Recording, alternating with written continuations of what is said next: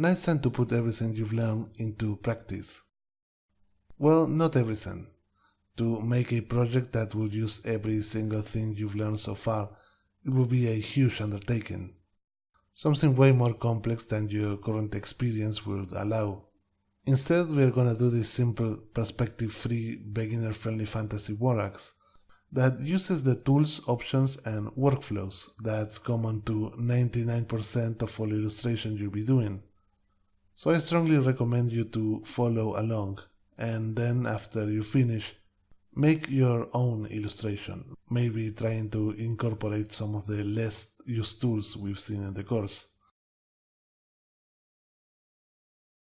First, I'll use the rectangle tool to draw the handle and give it a gray color. Here I'm using stroke and color so I can better differentiate between the different components of the axe. I'll change everything later. Now that the handle is drawn, I use Ctrl D to duplicate the handle. Duplicating the handle is faster than drawing another rectangle, so I tend to duplicate a lot. I'm using the object selection tool to scale the duplicate into the location I want. But the great thing about that is that I can use the shift key to scale in and out, and the scaling points move to the middle so I know the object scales symmetrically. And I'm doing this designing the handle, making it completely over the top, like a fantasy weapon should be. I'm copying and pasting the style of the object with Ctrl-Shift-B after I scale an object, so the stroke weight is the same to all rectangles.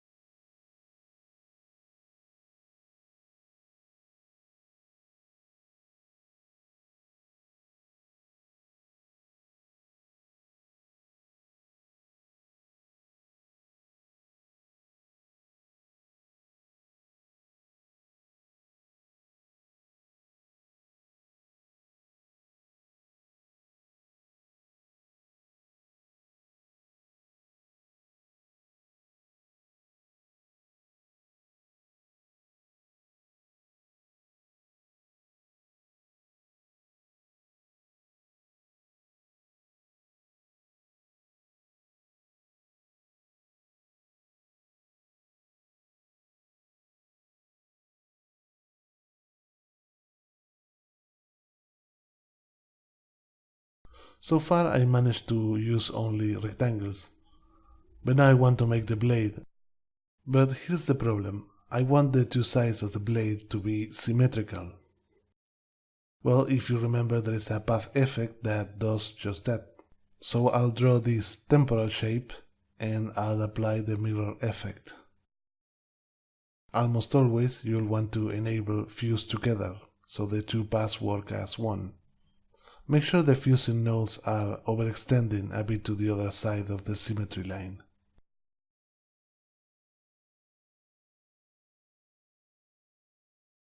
To place the blade in the middle, I open the Align and Distribute dialog and align it with the handle.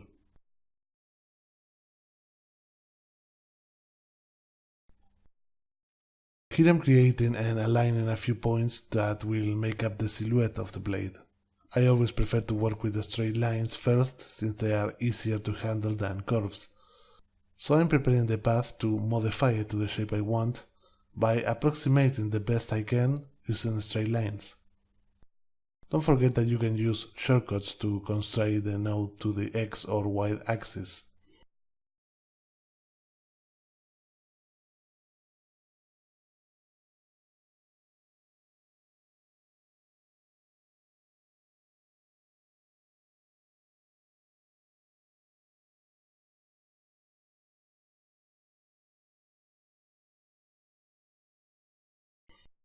I always do the same, I grab a curve with the node selection tool to curve it into position, and then I'll just adjust the curvature with the handles for more precision.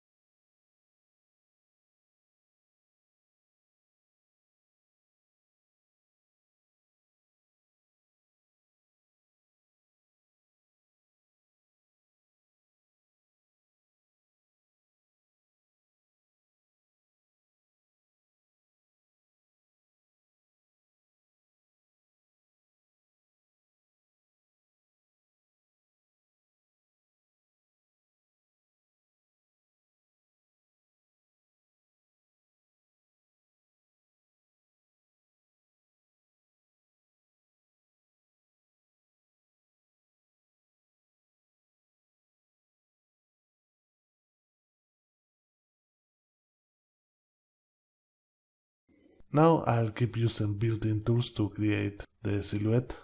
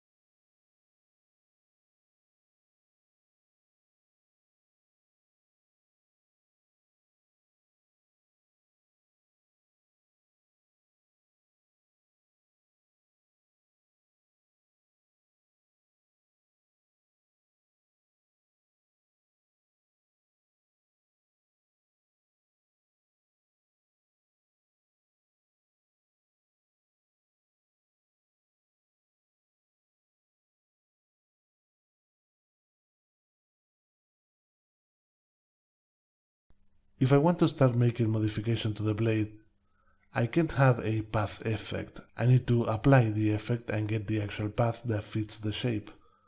For this, I go to Path, Object to Path. And now the blade is a single path with no effect.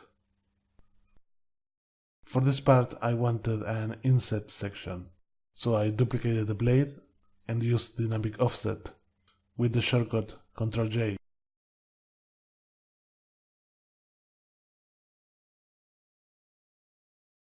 Now here I wanted this rectangle to fit the silhouette of the blade.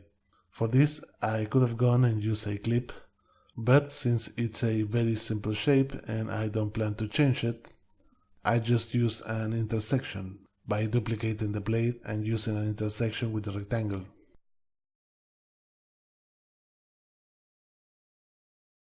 And then I repeat what I did earlier to make another inset. And that's it for the base of the illustration.